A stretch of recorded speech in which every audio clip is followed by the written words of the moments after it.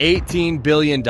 That's how much Netflix is projected to spend on content this year. With that kind of cash, you could buy an NFL team, prop up the economies of a dozen small countries, or make the blockbuster movie Avatar 60 times over. It's a staggering amount of money. And the easy assumption is that they're just throwing money at a wall, making as many shows as possible, and hoping a few of them stick. But that's not the real story. It's not even the interesting part. The truth is, that $18 billion figure is just the gas in a much more complex and sophisticated engine. This isn't just about making hit shows. It's about manufacturing addiction. To really get Netflix's strategy, you have to understand the corner they were backed into. Back in the early 2000s, Netflix was a cool new thing, but it was basically a digital rental store for other studios' movies and shows. This created two huge problems. First, licensing was getting ridiculously expensive. Second, and way more important, those deals could just end. And suddenly, the very shows that got people to sign up in the first place could vanish, and Netflix was powerless to stop it. Their solution was a gutsy pivot that changed entertainment forever. In 2013, they made a $100 million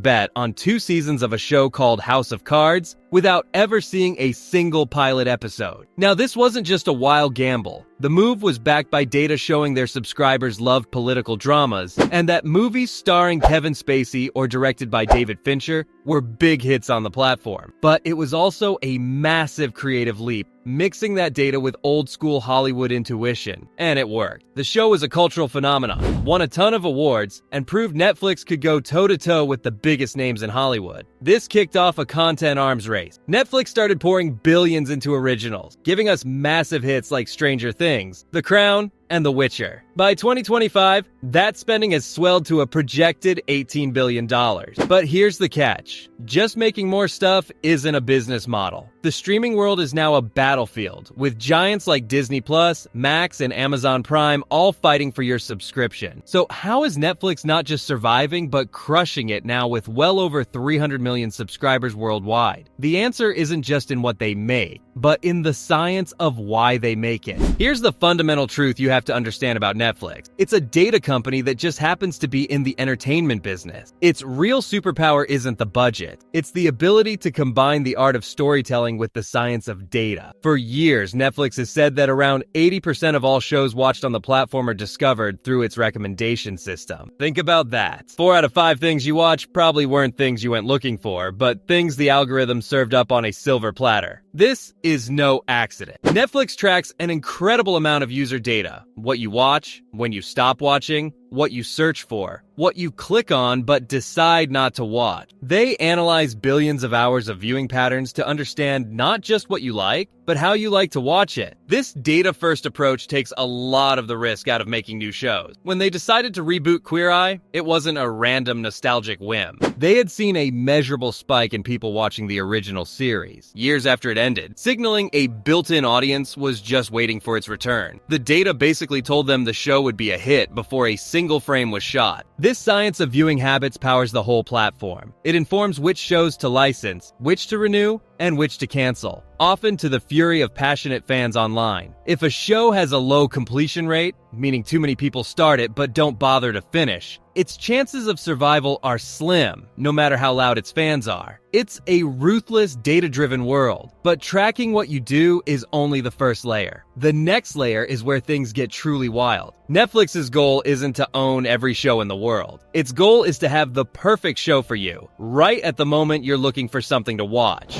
To do this, they've tossed out old-school targeting like age or gender. A Netflix exec famously called demographics greater and greater nonsense, because they found that where you live or how old you are is a terrible predictor of what you'll actually enjoy. Instead, they pioneered a concept called taste communities. Using its algorithms, Netflix has identified over 2,000 of these global microgroups. These aren't just comedy or drama. They're incredibly specific, like witty, female-led historical dramas with a romantic subplot, or dark cerebral sci-fi from Scandinavia. You probably belong to a few of these and don't even know it. And here's the twist. The recommendation engine isn't just about you. It's about finding your taste doppelgangers all over the planet. The algorithm knows that if other people in your taste community love The Queen's Gambit and then also devoured a seemingly unrelated documentary about competitive chess, there's a very high chance you will too. It connects dots between shows that a human would never think to link. This system is how Netflix builds its perfect library. The data doesn't just recommend what already exists, it identifies what's missing. For example, a Netflix executive once discussed a taste community that loved the mix of supernatural stories and romance, like Twilight and The Vampire Diaries. Realizing they didn't have a big original series for this huge built-in audience gave them the data-backed confidence to greenlight an adaptation like Shadow and Bone, which instantly found its fan. They aren't just buying content, they're finding an audience first and then reverse engineering a hit for it. This data-driven taste community strategy has another massive advantage. It works across borders. Netflix's expansion into over 190 countries was incredibly fast. But they didn't just plop their American library into new market. They used their data to pull off a brilliant global-local strategy. They invest heavily in making local shows in countries all over the world. Shows that feel authentic to that culture, like Lupin from France, Money Heist from Spain,